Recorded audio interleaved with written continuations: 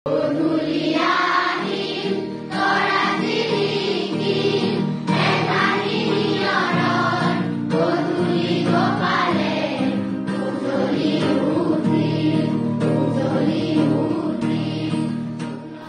বিদ্যালয়ৰ মন ভাল লাগি যোৱা এটা দৃশ্য।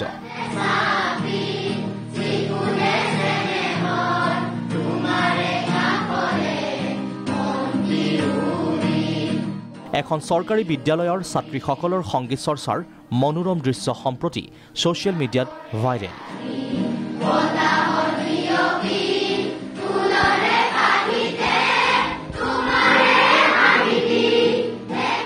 মৰমজ্যোতি দাস নামৰ শিক্ষকজনৰ নেতৃত্বত ছাত্ৰীৰ সংগীত চৰ্চা।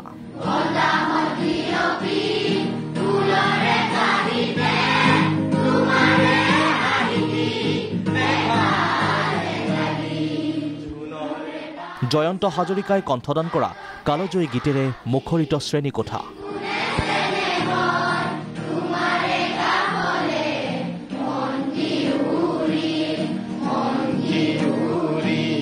এইখন অভয়পুৰীৰ যোগেন্দ্ৰ নাৰায়ণ স্মৃতি ছোৱালী হাইস্কুল।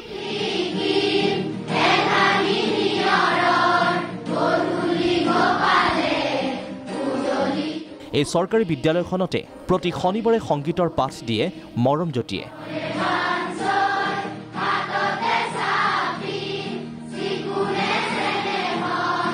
হাতত গীটাৰ লৈ ছাত্ৰীসকলক দি আহিছে সংগীতৰ শিক্ষা। অলপতে মৰমজ্যোতিয়ে ছ'চিয়েল মিডিয়াত আপলোড কৰিছিল সংগীত চৰ্চাৰ অনন্য সুন্দৰ দৃশ্য। গধূলি আহিল তৰা জিলিকিল, এধানি নিয়ৰত গধূলি গোপালে উজলি উঠিল। ডক্টৰ নিৰ্মল প্ৰভা বৰদলৈৰ কথাৰে এই গীতটো গাইছিল সকলোৰে প্ৰিয় ৰাণাদাই। এই কালজয়ী গীতটোৰ হৃদয়স্পৰ্শী উপস্থাপন কৰিলে চৰকাৰী বিদ্যালয়ৰ ছাত্ৰীয়ে।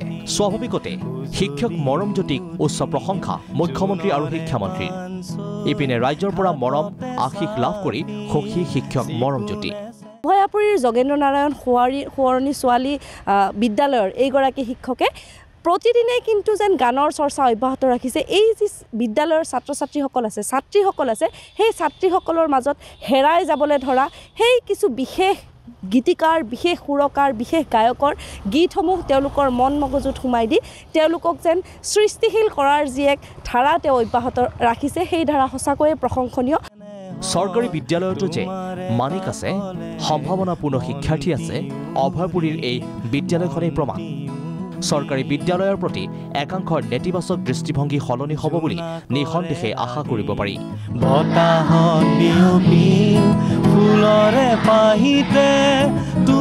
অভয়পুৰীৰ পৰা ডিম্পিমণি শৰ্মা ৰিপৰ্ট, প্ৰাগ নিউজ।